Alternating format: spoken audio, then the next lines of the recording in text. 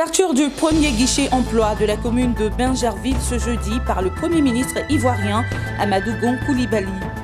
Et puis le ministre ivoirien de la communication et des médias Sidi Temoko Touré était ce jeudi dans les locaux de la télévision Business 24 Africa. Bienvenue à tous et à toutes. Ouvrons ce journal par la visite du Premier ministre ivoirien dans la commune de Bingerville ce jeudi. Amadou Gon Coulibaly a procédé à l'ouverture du premier guichet emploi dans la dite commune. Il s'agit d'une nouvelle plateforme qui vise à offrir des opportunités de stage-emploi aux jeunes diplômés. Après celui de Bingerville, 45 autres guichets emploi seront ouverts à partir du 1er août sur toute l'étendue du territoire national. Ces guichets vont permettre d'enregistrer les demandeurs d'emploi et de leur faire bénéficier d'opportunités de stage et d'embauche. Hervé Blayon et Lyon Gilbert. Rapprocher l'agence emploi jeune des demandeurs d'emploi sur l'ensemble du territoire de Côte d'Ivoire, un idéal voulu par le gouvernement ivoirien en créant des guichets emploi. Le coup d'envoi de l'installation de ces services publics d'emploi a été donné ce jeudi à Bingerville en présence du Premier ministre Amadou Gon Coulibaly, pour qui les attentes pressantes des populations en matière d'emploi et d'insertion trouvent réponse à travers les guichets emploi. Nous voulons à travers ces guichets et la plateforme rapprocher les centres d'accueil et d'inscription des jeunes et réduire au mieux la barrière que pourrait constituer pour les jeunes le coût d'inscription au niveau de ces guichets.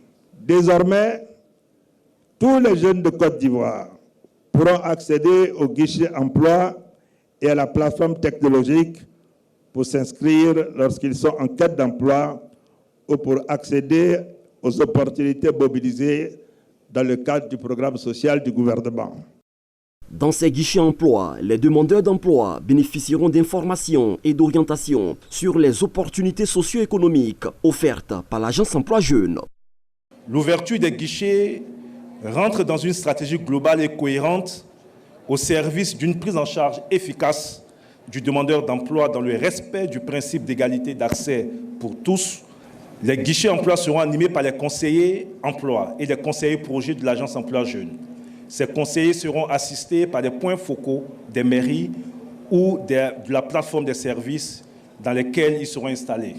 45 guichets emploi vont être installés dans les 13 communes d'Abidjan, le district de Yamoussoukro et les 31 chefs-lieux de région. Une nouvelle qui ravit le président du Conseil national des jeunes de Côte d'Ivoire qui a invité ses pairs à s'approprier cet outil. Je voudrais juste vous dire que nous prenons notre destin en main. Prenons d'assaut les guichets emploi jeunes. De nombreuses opportunités de stage, de formation qualifiante, d'apprentissage et de financement de projets nous y attendent. Autre temps fort de cette cérémonie de lancement, la visite par le Premier ministre Amadou Gon Coulibaly du guichet emploi de Bingerville, un édifice aménagé dans l'enceinte du foyer des jeunes. La généralisation du processus d'installation des guichets emploi est prévue au cours du mois de septembre dans les 201 communes de Côte d'Ivoire. Un processus qui vise à terme 500 000 opportunités de stage, d'emploi et de financement de projets sur la période 2019-2020 pour un budget de plus de 141 milliards de francs CFA.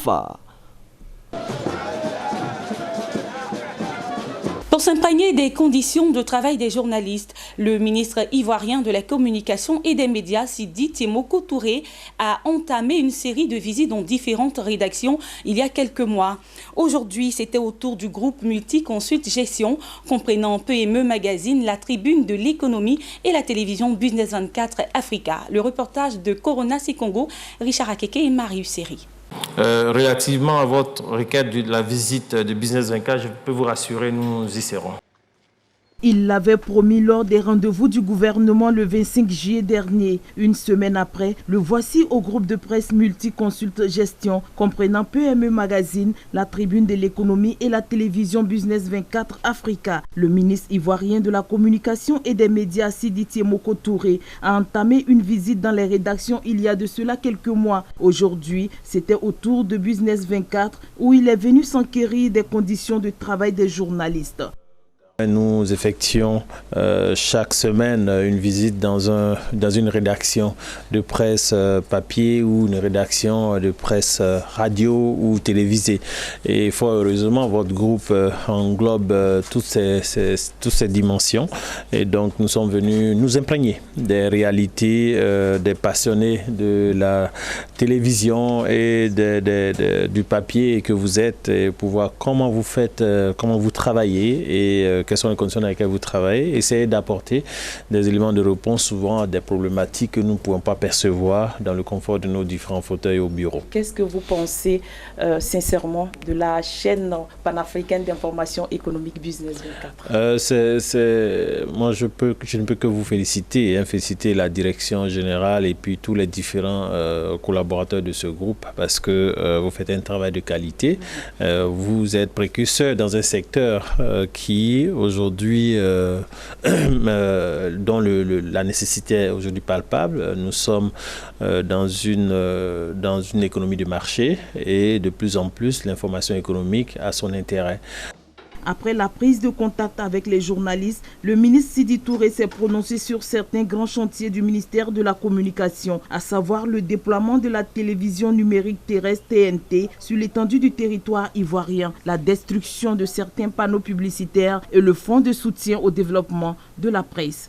Le FSDP est un partenaire permanent de tous les différents médias, et tout média qui sollicite le concours du FSDP, du Fonds de développement de la presse, reçoit ce concours à la seule condition de remplir les différentes conditions à poser, parmi lesquelles se trouve bien sûr la protection des journalistes qui travaillent dans ces différents organes en termes de couverture du traitement salarial minimum, etc. Parce que pour nous, ceci est très important.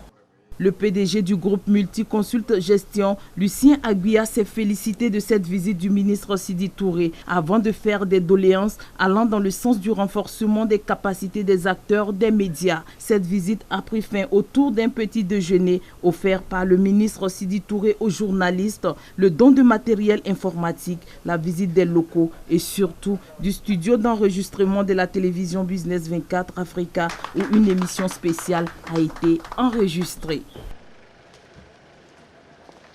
Et notons qu'un plateau spécial consacré à la visite du ministre ivoirien de la Communication, Sidi Timoko Touré, vous sera proposé sur les antennes de Business 24 Africa dans les jours à venir. Restons toujours avec Corona Sekongo et Maru Seri pour nous rendre à la maison de la presse à Abidjan. Après le congrès avorté de l'Union nationale des journalistes de Côte d'Ivoire, en abrégé l'UNGCI, les anciens présidents de la fêtière ont décidé de se mettre ensemble pour une sortie de crise apaisée. Ils étaient justement face à la presse ce jeudi. Nous ne pouvons plus continuer à conduire un congrès où des gens sont prêts à entrer en bagarre. Un président du congrès démissionnaire, escorté par la police, hué et pris à partie par certains journalistes. L'image date du 21 juillet 2019 lors du 10e congrès ordinaire de l'Union nationale des journalistes de Côte d'Ivoire, UNJCI. Ce congrès qui devait aboutir à l'élection d'un nouveau président à la tête de la fêtière n'a pu se tenir. Pour cause, la remise en question du nombre indéfini de procurations dont devait disposer chaque candidat non clarifié et réglementé dans les textes de l'organisation pour diviser la poire en parts égales entre les 3 candidats afin d'organiser des élections transparentes. Les passes présidents de la fêtière ont constitué un comité spécial de médiation. Les membres se donnent mission de consulter dès à présent et en vue de parvenir à une solution convenable tous les autres acteurs impliqués dans la vie de l'Union jusqu'au blocage du Congrès, notamment M. Jérémy Aouré, PCA sortant, Brou Preston, président du comité d'organisation du Congrès, Franck Etienne, Lance Touré et Jean-Claude Koulibaly, tous candidats tête de liste à l'élection du conseil exécutif de l'UNJCI. Ce comité spécial de médiation composé des anciens présidents Yao Noël, Honora de Yedagne, Mam Kamara et Amos Beonao appelle le président sortant Moussa Traoré à assurer la continuité de l'UNJCI en expédiant les affaires courantes jusqu'à la passation de charges avec la nouvelle équipe dirigeante élue. Moussa Traoré devra aussi déterminer au mois d'août 2019 la date et le lieu du congrès extraordinaire. Un congrès extraordinaire qui aura pour seul ordre du jour l'élection des instances dirigeantes. Le comité spécial de médiation propose que César Etou, le président élu du 10e congrès et son bureau, soient maintenus pour la conduite du congrès extraordinaire. 17 agents de l'inspection générale du Trésor public sont formés à la certification en audit interne du 1er août au 9 septembre prochain. Cette formation organisée par le projet d'appui à la gestion économique et financière a pour objectif de perfectionner les approches et méthodes des agents de la division audit interne ainsi que leurs outils qui leur permettra de mieux pratiquer l'audit interne dans tous les types de gestion. La cérémonie a eu lieu ce jeudi à Abidjan en présence du directeur général du Trésor public, Daniel Kodio, Mireille Okou et Maru Seri. À Saoré Konanjak, directeur général du Trésor et de la comptabilité publique de Côte d'Ivoire, a procédé ce jeudi à l'ouverture du séminaire de formation de 17 agents de la division audit interne de l'inspection générale du Trésor. La formation porte sur la certification en audit interne. Elle se tiendra du 1er août au 9 septembre 2019 dans les locaux de la division audit de l'inspection générale du Trésor située à Abidjan-Cocody. La formation est organisée par le projet d'appui à la gestion économique et financière PAGEF. La mise en œuvre de ce projet vise clairement à contribuer au renforcement de la qualité des institutions et donc de la gouvernance à travers le renforcement des capacités des administrations économiques et financières et des structures de contrôle des finances publiques. Le projet d'appui à la gestion économique et financière, PAGEF, est la réponse de la Banque africaine de développement au déficit de financement du plan d'action du schéma directeur de réforme des finances publiques. Les thématiques abordées au cours de ce séminaire de formation traitent entre autres des fondamentaux de l'audit interne, de l'indépendance, l'objectivité, la compétence et la conscience professionnelle des impétrants. Au terme de ce programme financé par la Banque africaine de développement BAD, les 17 participants devraient acquérir des outils leur permettant de pratiquer l'audit interne de façon professionnelle. En tant que vérificateur et très certainement bientôt auditeur, vous devez avoir pleinement conscience des défis qui vous attendent. Il s'agit notamment de la nécessité de vous conformer au nouveau contexte qui inscrit les actions du Trésor public dans la recherche permanente de la performance, incluant des indicateurs d'efficience et de qualité du service public. En ce sens, après l'avènement de la démarche qualité et du contrôle interne, il s'agira pour vous de contribuer à donner forme au troisième pilier, à savoir l'audit interne. Pour les participants, la formation sur la certification en audit interne est une opportunité de renforcer la bonne gouvernance et la transparence au niveau du Trésor public. Au départ, l'inspection, c'était les vérifications. Mais depuis 2016, il a été introduit le volet audit interne. Et pour pouvoir faire ce travail, il faut qu'on soit bien formé. Donc, je suis très heureux de faire partie de cette première équipe. Aujourd'hui, c'est un outil important justement pour permettre à nos décideurs de prendre les bonnes décisions et surtout aux opérationnels d'être plus performants dans le traitement de leurs opérations. À côté de l'organisation de cette formation, le projet d'appui à la gestion économique et financière PAGEF envisage octroyer au Trésor public du matériel informatique d'une valeur de plus de 627 millions de francs CFA dans le cadre de l'appui aux régies financières et à la gestion de la dette publique. Kipus Afrique, opérateur du centre de gestion intégré du ministère des Transports, a mis en place une solution sur mesure organisée autour d'une plateforme d'authentification des documents administratifs du transport ainsi que la mise à disposition d'outils spécifiques. Cette plateforme a été présentée aux différents partenaires que sont les institutions financières, les maisons d'assurance et les microfinances. Le reportage de Fulgence Canon et Liane Kwasi, commenté par Mondésir Nassimato. Désormais, les institutions bancaires, les maisons d'assurance et les microfinances ont à leur disposition un outil d'authentification des documents du transport routier actuel pour des transactions sûres. L'objectif de cette cérémonie est donc de présenter la plateforme d'authentification des titres de transport routier à des acteurs importants que sont les banques et institutions de financement.